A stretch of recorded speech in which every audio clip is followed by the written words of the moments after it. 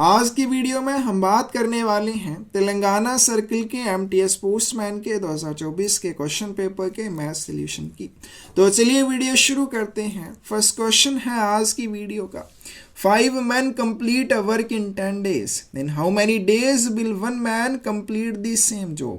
5 आदमी एक काम को 10 दिनों में पूरा कर सकते हैं, एक आदमी उसी काम को कितने दिनों में पूरा करेगा? 5 आदमी हैं, वो इसका एक काम है उसको 10 दिनों में खत्म कर सकते हैं। तो एक आदमी होगा वो कितने दिनों में कर पाएगा? 10 गुने 5, 50 दिनों में कर पाएगा। दूसरा क्या मेथड है, प्रॉपरली अगर करना है m1d1 is equal to m2d2 w1 और यहाँ पे क्या आ जाएगा? w2 आ जाएगा। m1 की बात करें, पहली कंडीशन में 5 आदमी हैं, कितने दिनों का समय ले रहे हैं? 10 दिनों का। काम दोनों जगह पे एक समान हो रहा है। दूसरी कंडीशन में एक आदमी है, हमें क्या बताना है? d2 बताना है। तो d2 क्या आ जाएगा? 1 इस साइड आके डिवाइड हो जाएगा, 5 गुने 10 बटे 1 क्या हो जाएगा? 50 हो जाएगा। कौन सी ऑप्शन करेक्ट आ जाएगी हमारे पास? ए ऑप्शन करेक्ट आ जाएगी। नेक्स्ट क्वेश्चन है, person A invested X for 5 years at the rate of interest 14% per annum and she obtained an interest of ₹1540। Find the principal amount. व्यक्ति A ने 5 वर्षों के लिए 14% प्रति वर्ष दर पर एक्स का निवेश किया और उसे 1540 रुपये का ब्याज प्राप्त हुआ। मूलधन ज्ञात कीजिए। तो क्या इन्वेस्टमेंट की? x रुपए की। तो प्रिंसिपल क्या आ जाएगा? यहाँ पे x आ जाएगा। टाइम की बात करें 5 वर्ष है और बात करें रेट ऑफ इंटरेस्ट की तो वो है 14% का और यहाँ पे उसको कितना इंटरेस्ट मिल रहा है? इंटरेस्ट मिल जाता है उसको 1540 रुपये का। सारी वैल्यूज को सिंपल इंटरेस्ट के फॉर्मूला में पुट करेंगे, principal into rate of interest into time divide में 100 आ जाएगा। सिंपल इंटरेस्ट कितना है? 1540 रुपये है। प्रिंसिपल की बात करें x है, रेट ऑफ इंटरेस्ट की बात करें 14% है, टाइम की बात करें 5 वर्ष है, डिवाइड में 100 आ जाएगा और यहाँ से हम x की वैल्यू निकाल सकते हैं। x इज इक्वल टू क्या हो जाएगा? 1540 गुने 100 दूसरी साइड जाके मल्टीप्लाई हो जाएगा, डिवाइड में क्या आ जाएगा? 14 मल्टीप्लाई 5 आ जाएगा। 5 से 5 दूनी 10, यहाँ पे 20 रह जाएंगे। आगे चलते हैं, 2 सत्ते 14, यहाँ पे 10 रह जाएंगे। फिर ये 7 से चला जाएगा, 7 दूनी 14, 1 रह जाएगा, 7 दूनी 14, 220 गुने 10 यानी कि 2200 रुपये आ जाएगा। कौन सी ऑप्शन करेक्ट आ जाएगी? 42 की ए ऑप्शन करेक्ट आ जाएगी। नेक्स्ट क्वेश्चन है, what is the simple interest on ₹7,200 at a rate of 12% per annum for 7 years। 7,200 रुपये पर 12% प्रति वर्ष की दर से 7 वर्षों के लिए साधारण ब्याज क्या होगा? प्रिंसिपल कितना है? 7,200 रुपये। रेट ऑफ इंटरेस्ट की बात करें 12% पर एनम है, टाइम की बात करें तो 7 वर्ष का है, 7 years का है। हमें क्या निकालना है? हमें निकालना है सिंपल इंटरेस्ट। सिंपल इंटरेस्ट का फॉर्मूला क्या होता है? Principal into rate of interest into time divide में 100। प्रिंसिपल की बात करें 7,200 रुपये है, रेट ऑफ इंटरेस्ट की बात करें 12% है, टाइम की बात करें तो 7 वर्ष का है, डिवाइड में 100 आ जाएगा। तो ये 2 0 से ये 2 0 कैंसिल हो जाएंगी।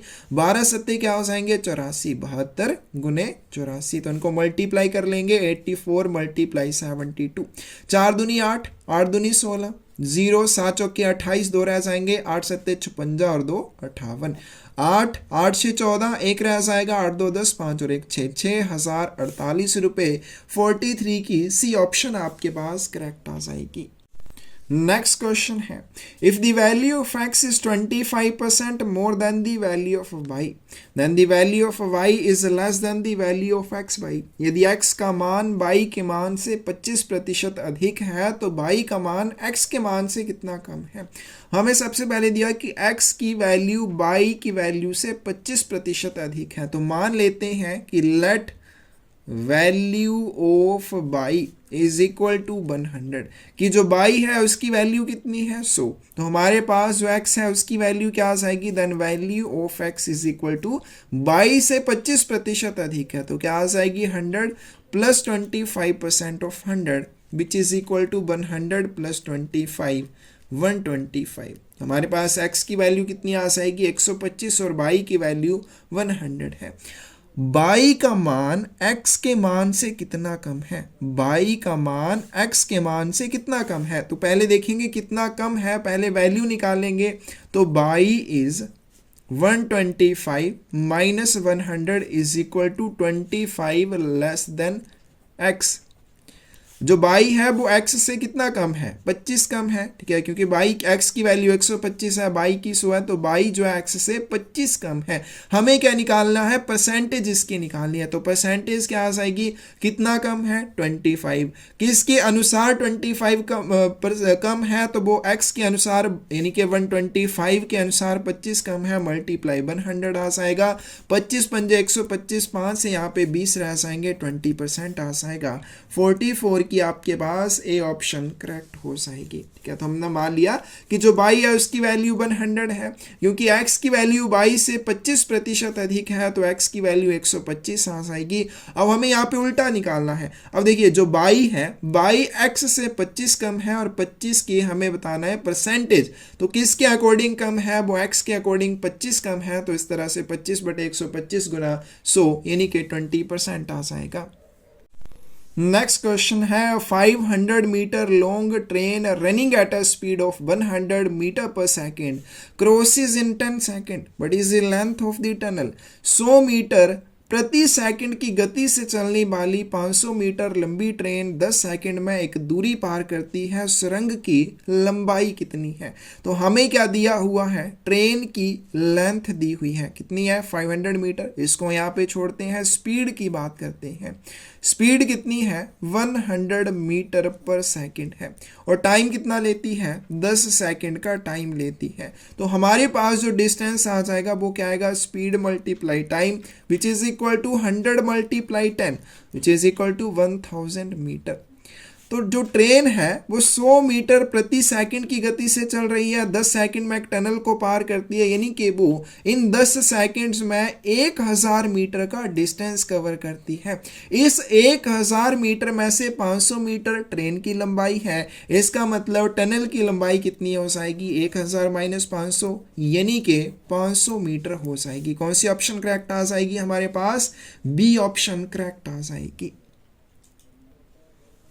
नेक्स्ट क्वेश्चन है इवेल्युएट 2 + 4 डिवाइड स्मॉल ब्रैकेट में 22 + 6 स्मॉल ब्रैकेट क्लोज मल्टीप्लाई 2। क्या आ जाएगा 2 + 4 डिवाइड स्मॉल ब्रैकेट में 22 + 6 मल्टीप्लाई 2। अब बोर्ड मास के रूल के अकॉर्डिंग सबसे पहले ब्रैकेट को सॉल्व करेंगे। क्या आ जाएगा 2 + 4 डिवाइड 22 और 6 कितने हो जाएंगे 28 हो जाएंगे, मल्टीप्लाई 2 आ जाएगा। आगे चलते हैं, फिर डिवाइड के सिंबल को सॉल्व करेंगे। क्या आ जाएगा 2 + 4 डिवाइड में क्या आ जाएगा 28 आ जाएगा, मल्टीप्लाई 2 आ जाएगा। अब यहाँ पे 2 से 14 दूने 28 क्या आ जाएगा 2 + 4/14। 2 से यहाँ पे 2 रह जाएंगे, यहाँ पे 7 रह जाएंगे, क्या बन जाएगा 2 + 2/7। फिर यहाँ पे 7 एलसीएम आ जाएगा, यहाँ पे 7 से गुना हो जाएगी 14 + 2 यानी कि 16/7 आ जाएगा। कौन सी ऑप्शन करेक्ट आ जाएगी, बी ऑप्शन हमारे पास करेक्ट आ जाएगी। नेक्स्ट क्वेश्चन है solve the following using BODMAS rule. BODMAS का रूल उपयोग करके इसको सॉल्व करना है। क्या दिया हुआ है 10 + 10 मल्टीप्लाई 10 डिवाइड में 10। आगे चलते हैं, पहले हमने डिवाइड के सिंबल को सॉल्व करना है। क्या आ जाएगा 10 + 10 मल्टीप्लाई 1 आ जाएगा। फिर हमने मल्टीप्लाई को सॉल्व करना है। क्या आ जाएगा 10 + 10 which is equal to 20। A option आपके पास करेक्ट हो जाएगी। Mr. Virat Kohli has a certain average for 9 innings. In the 10th innings, he scored 100 runs, thereby increasing his average by 8 runs. His new average is Mr. Virat Kohli का 9 पारियों का एक निश्चित औसत है। 10वीं पारी में उन्होंने 100 रन बनाए, जिससे उनका औसत 8 रन बढ़ जाता है। उनका नया औसत क्या है।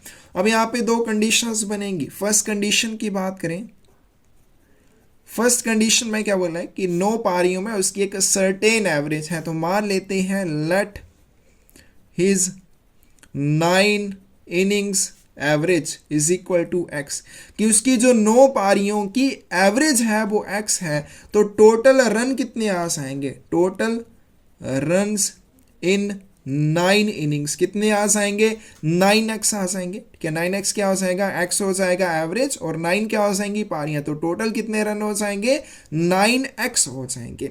आगे चलते हैं, वो 10वीं पारी में कितने रन बनाता है, 100 रन बनाता है, यानी कि उसके टोटल रन कितने हो जाएंगे इन 10 इनिंग्स, कितने हो जाएंगे, 9x रन तो वो 9 पारियों में बना चुका है, और 10वीं पारी में 100 रन बनाता है। तो ये हमारे पास पहली कंडीशन आ जाएगी। आगे चलते हैं, सेकंड कंडीशन की बात करते हैं। जब वो 100 रन बनाता है, उसकी एवरेज 8 रन से बढ़ जाती है, यानी कि एवरेज ऑफ 10 इनिंग्स की बात करें, 9 इनिंग्स की एवरेज तो x है, लेकिन जब वो 10वीं इनिंग खेलता है, 100 रन बनाता है, एवरेज 8 रन से बढ़ जाती है। तो पहले जो एवरेज x थी वो 10 पारियों के बाद कितनी हो जाएगी, x प्लस 8 हो जाएगी, कि जो एवरेज थी उसमें 8 की वृद्धि हो जाती है, वो x प्लस 8 हो जाएगी।